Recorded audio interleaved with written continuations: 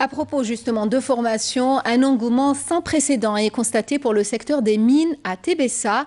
Tébessa, où d'importants investissements ont été consentis afin d'augmenter la production de phosphate avec un objectif d'arriver à 10 millions de tonnes. L'industrie minière qui emploie déjà dans la région plus de 200 personnes de façon permanente. Abdelhalim Yaïch. L'industrie minière est considérée comme l'un des piliers de l'économie dans la wilaya de Tébessa. Dans la région de Hadba, à Bir Ater, les jeunes fondent beaucoup d'espoir sur le nouveau complexe de phosphate qui devra devenir prochainement un important pourvoyeur d'emplois.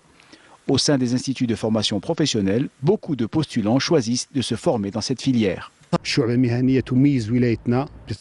La filière professionnelle qui caractérise le mieux notre wilaya est celle des mines. Nous œuvrons à la promotion de cette spécialité, attendu que cette filière offre beaucoup d'opportunités d'emploi.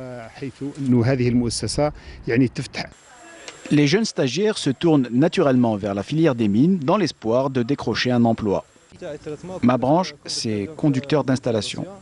Normalement, notre avenir, ça sera à 80% normalement au sein de cette usine. Je suis stagiaire en préparation mécanique. C'est le premier secteur dans la Somefox, au complexe de Jbel Lanq. Spécialité, conducteur en installation et traitement.